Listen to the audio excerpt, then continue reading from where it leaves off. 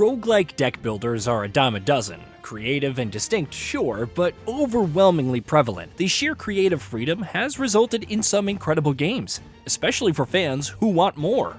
Now, Shiny Shoe is back with Inkbound, this time embracing a 3D role-playing approach with turn-based combat.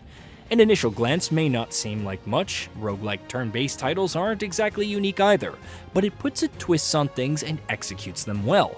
You also have different classes, each with fun playstyles and abilities to upgrade and ascend in multiple different ways. Also, various passives can enable certain builds or provide other benefits. There's also a story that progresses between runs and when completing objectives.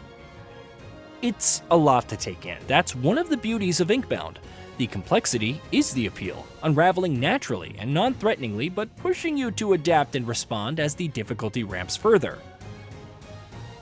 You start as Needless, emerging from the sea of ink with little more than a shape and even less of a purpose.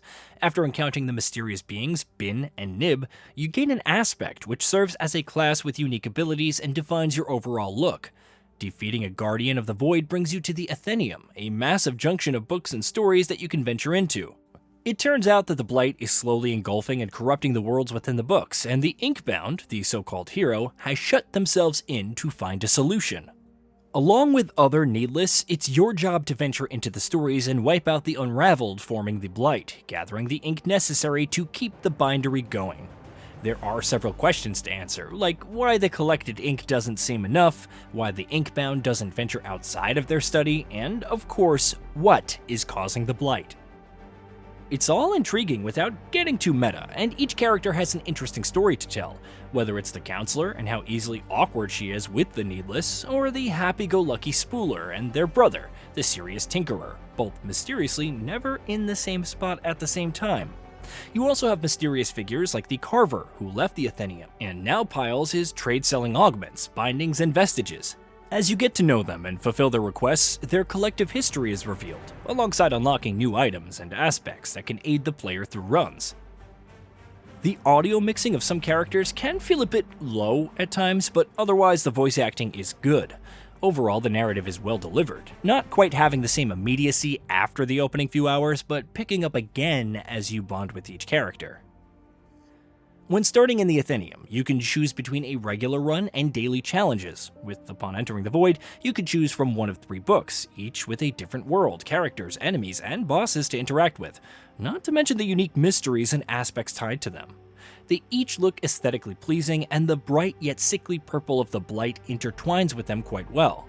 Performance is rock solid at almost all times, despite the odd stutter when hitting multiple enemies with a binding and simultaneously affecting them with status effects. Depending on the routes taken, you could happen upon more challenging enemy encounters, which provide more rewards, rifts with multiple choices to bolster your run, like copying vestiges or receiving augments for your bindings, and breaking down vestiges for set bonuses.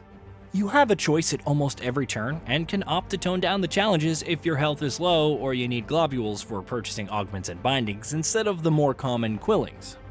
When combat starts, you can spend will to activate different abilities. Orbs will also spawn granting will if scooped up while reducing ability cooldowns. After ending your turn, enemies execute their actions simultaneously, and so on. The twist is that you can move around in a limited space on your turn, letting you effectively dodge some enemy attacks or reduce damage from those that hit the entire arena. It's also necessary to avoid the Blight that creeps in from the outer edges, which deals damage if you step in it. Orbs also grant some movement, but you must judge whether they're worth collecting immediately to reduce the cooldowns on some abilities, or later for potential dodging. Though encounters start simply enough, more varied enemies, like those who will prioritize attacking players who hit them first or amplify their teammates, push you to change up some tactics, which further plays into the different aspect roles. For instance, maybe you want to get the attention of certain enemies and redirect their attacks towards you when playing as the Obelisk, since it can gain shields with its basic attack, stack spikes to inflict damage back on enemies, and so on. The aspects themselves are well designed and facilitate different kinds of builds and playstyles. The Magma Miner can bonk enemies and leap around to deal damage in an area, building up heat stacks for more damage, but must end turns with attacks, lest they lose all their stacks. The Weaver attaches threads to enemies to gain shielding and Threaded for enhancing their abilities, and distribute damage to all connected foes or pull them towards a point. Of course, this is a roguelike, which means that you can upgrade bindings with different augments over a run, whether it's inflicting daze to reduce an enemy's damage or reducing their will cost and cooldown. Bindings also have ascensions, completely changing how they function and allowing you to specialize further in different playstyles. You can also acquire other bindings outside of the starting 3 for each aspect, like Blink for teleporting or Afterimage, which grants a stack of Blur, thus reducing damage by 1 for that turn, and a critical charge for a random ability. There's plenty of variety here, whether you're playing as an Obelisk that goes all in on spikes and shielding, or a Moss Cloak that stacks status effects to further aid in burst damage with their shurikens. The opportunity for interplay with other aspects in multiplayer is also pretty good, which we'll get to. However, solo play is equally as enthralling. Even some bindings and augments are clearly the better options at higher difficulties. Further adding to this are the Vestiges, which grant passive abilities and bonuses, like gaining additional will under certain circumstances or reducing the cooldown on your bindings when picking up orbs. If you collect Vestiges of a specific set, you get set bonuses for added physical damage, extra health after battles, and more. They can even avail additional effects like spike damage inflicting pincushion, causing enemies to take 10% more damage till the turn ends. But wait, it gets better. By destroying a Vestige, you permanently gain the equivalent of 2 pieces in the set bonus. So, while you won't benefit from the damage resist and extra spike stacks from Swindler's Getaway if destroyed, you do get the 2-piece set bonus for Pincushion and Warden for a permanent +5 spike damage and 10 damage resist. Knowing when to destroy a Vestige and gain its effects and strategically planning which ones to pick up for their set bonuses versus their passive effects can impact more challenging runs. Still, it can lead to some pretty broken effects, like gaining absurd amounts of shielding and spike damage to insta-gib enemies who hit you.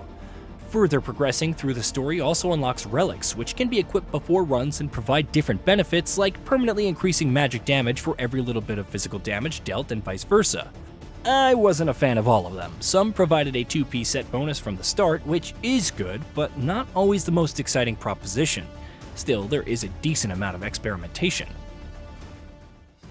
Guardians await at the end of locations, and they can get tough especially if you don't kill them fast enough to avoid the encroaching pool of Blight.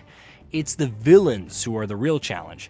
Each possesses even more unique mechanics, like having to defeat medium-sized enemies to cleanse the damage over time stacks that Cinder inflicts, or taking out the tentacles of Argolath. Each is fun to fight in its own way, though I found the non-Guardian boss before them to be more challenging due to an excessive number of minions and the Blight. Once you've completed a run, gaining XP from quests and unlocking new Vestiges and cosmetics, you can attempt higher difficulties. Each has a modifier that can make the overall run more challenging, and while they may not seem terrible on their own, they stack with previous tiers. There are also book modifiers which further add to the challenge, like causing enemies to heal or gain damage resist each turn. While you do gain some rewards for opting into the challenge, these provide a slight edge rather than neutralizing any negative modifiers. While difficulty 1 and 2 felt pretty good, difficulty 3 felt slightly overtuned with the penultimate boss. Maybe further tuning is required, but it felt like such a baffling contrast, even on lower difficulties compared to the final villain. This is probably where bringing in other players becomes necessary, and Inkbound allows for matchmaking with others pretty seamlessly. Multiplayer also brings a new dimension to combat since you're considering your teammates' aspects, and unconsciously coordinating with them, but also looking to maximize your positioning and orbs on the field, which are more in number. Enemies are tankier, which makes sense, but makes you wonder how things will fare at higher difficulties. As it stands, Inkbound is a very enjoyable solo experience, but shines all the more in multiplayer. It does tend to get repetitive, which the overall genre can suffer from now and again, but it scratches that feeling of one more run, and multiplayer is a great facilitator in that regard.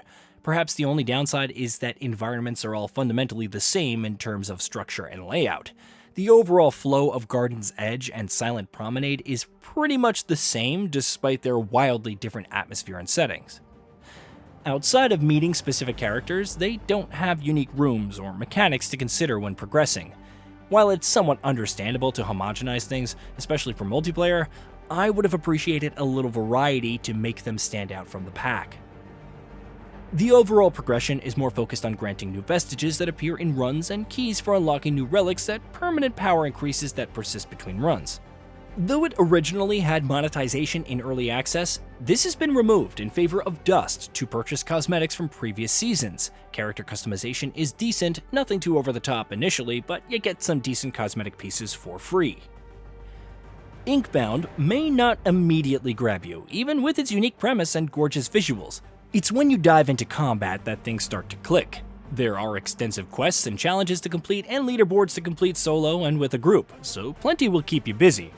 Despite some quibbles, its build variety and multiplayer make it one of the more solid turn-based roguelikes available. Hey, did you know that we at Gaming Vault upload new videos every day? Stick around, drop a like, subscribe, and hit that bell, and let us know what kind of content you'd like to see in the future with a comment below.